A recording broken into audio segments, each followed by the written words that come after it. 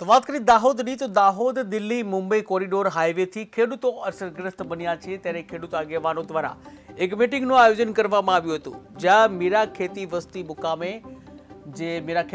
મુકામે મીટિંગનું આયોજન કરવામાં આવ્યું હતું, જ્યાં 17માંથી 16 માંગણીઓ તંત્ર અને હાઈવે ઓથોરિટી દ્વારા મંજૂર કરવામાં આવી હતી। ત્યારે લેખિતમાં બાંયધરી આપવા છતાં પણ કામગીરી કરવામાં નથી આવી। કામગીરી નહીં કરાતા ખેડૂતોમાં રોષ જોવા મળ્યો છે। ત્યારે પ્રાંત અધિકારીને રજૂઆત કરવાની પણ ચીમકી ઉચ્ચારાઈ છે।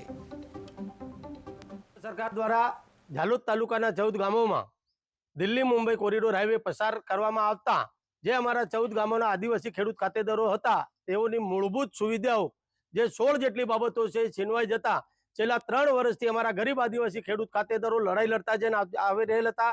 અને તે સમય અંતર્ગત 3 વખત આ નેશનલ કોરિડોર હાઈવેનું કામ બંધ કરાવી દેવાતા પ્રાંત અધિકારી શ્રી અને જવાબદાર અધિકારીઓ દ્વારા આમોને તારીખ 5/12/2024ના રોજ સમય મર્યાદા નક્કી કરી આટલા સમયની અંદર જે તે તમારી માંગણી છે સ્વીકારવામાં આવશે, પૂર્ણ કરી દેવામાં આવશે એવું અમને લેખિત બાંહેધરી આપવામાં આવી।